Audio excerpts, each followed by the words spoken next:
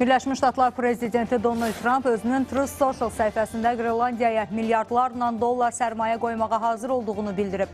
Bu, Trump'ın Qrenlandiya ilə bağlı ilk açıqlaması deyil təbii ki. Hələ prezident seçilməzdən öncə adaya sahib olmağın vacibliyini vurğulayan Ağ Ev rəhbəri hakimiyyətə gəldikdən sonra da bu niyyətindən əl çəkməyib.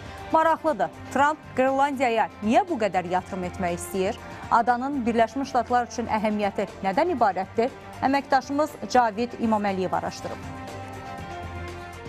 Amerika Birləşmiş Ştatları Qrenlandiyaya yeni iş yerləri yaratmaq və onun rifahını yaxşılaşdırmaq üçün milyardlarla dollar sərmayə qoymağa hazırdır. Prezident Donald Trump özünün Truth Social səhifəsində bildirib ki, Vaşinqton Qrenlandiya xalqının öz gələcəyini təyin etmək hüququnu qətiyyətlə dəstəkləyir. İkinci Dünya müharibəsindən bəri etdiyimiz kimi sizi qorumağa davam edəcəyik. Biz yeni iş yerləri yaratmaq və sizi zənginləşdirmək üçün milyardlarla dollar sərmayə qoymağa hazırıq və seçsəniz, sizi dünyanın ən böyük ölkəsi, Amerika Birləşmiş Ştatlarının bir hissəsi olmağa dəvət edirik, deyə Trump yazıb. İndiki məqamda Ağ Ev rəhbərinin Qrenlandiyanın alınması ilə bağlı açıqlamalar verməsi və Danimarkaya təzyiqləri adanın geosiyasi və təbii ehtiyatları nəzərə alındıqda başa düşüləndir. Belə ki, Qrenlandiya böyük neft, qaz, qızıl və bir çox təbii ehtiyatlara ev sahibliyi edir. Adanın təbii ehtiyatlar zənginliyinin fərqində olan Vaşinqton rəhbərliyi hələ Trump hakimiyyətə gəlməzdən öncə də 1867,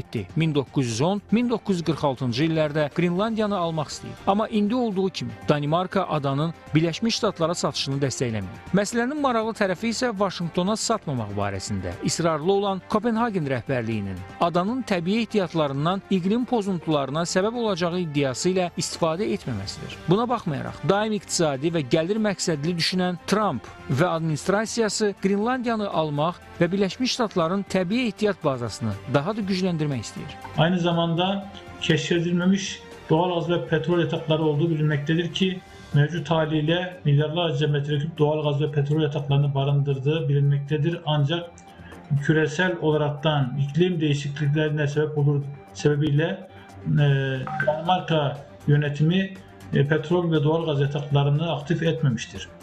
Bununla beraber kritik mineral ve nadir toprak elementleri olarak bilinen yeraltı kaynaklarına da sahip olması ve buradaki zenginlikleri de Amerika'nın iştahını çekmektedir. Qrenlandiya neft, qaz, qızıl, eyni zamanda digər nadir elementlərlə zəngindir. Həmçinin istər dəniz ticarətinə nəzarət, istərsə də hərbi strateji baxımdan əhəmiyyəti yüksəkdir. Buna görə də Birləşmiş Ştatlarla yanaşı Rusiya və Çin də Qrenlandiyada fəaliyyət göstərməkdə maraqlıdır. Eyni zamanda Qrenlandiya qismən suverenliyini əldə edir və hər il təqribən 60 milyona yaxın əhalisi olan Qrenlandiyaya Danimarka büdcəsindən 500 milyon avro dəyərində maliyyə yardımı ayrılır. Qrenlandiyanı Birləşmiş Ştatlar üçün əhəmiyyətli edən digər vacib məsələ isə adanın həm Rusiya üzərində strateji baxımdan, həm də Vaşinqtonun Çinlə rəqabəti fonunda böyük rola malik olmasıdır. Belə ki, qlobal istiləşmə səbəbində buzların əriməsi Şimali Arktika hövzəsində hərəkətliyin artmasına səbəb olur. Odur ki, Vaşinqton bölgə üçün vacib strateji əhəmiyyəti olan adanı ələ keçirmək, bununla da rəqibləri Çin və Rusiya üzərində hərbi üstünlük əldə etmək istəyir. Üstəlik, Qrenlandiyanın əhəmiyyətinin fərqində olan Çin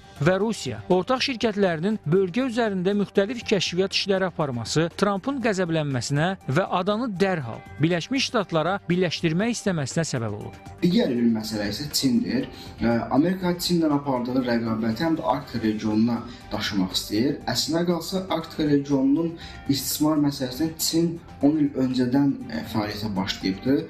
Misal üçün, bugün Rusiyaya məxsus Sibir ərazisindən həm quruda, həm də dəniz səthində kəşfiyyat işləri aparılır ki, bu işlərin böyük bir əksəriyyətini də ya Çin şirkətləri, ya da Çin-Rusiya ortaq şirkətləri həyata keçirir. Və Amerika bunun gec fərqinə vardı. Trump administrasiyası, daha doğrusu Trump'ın özü, həm də bir məsələyə biznesmenin yanaşmasıyla baxır. Trump administrasiyasının Avropaya yardımları dayandırması səbəbindən ittifaq ölkələrinin çəkdiyi narahatlıq gələcəkdə qoca qitənin nümayəndələrini Kopenhagenə adanın satılması ilə bağlı təzyiqlər göstərməsinə səbəb ola bilər.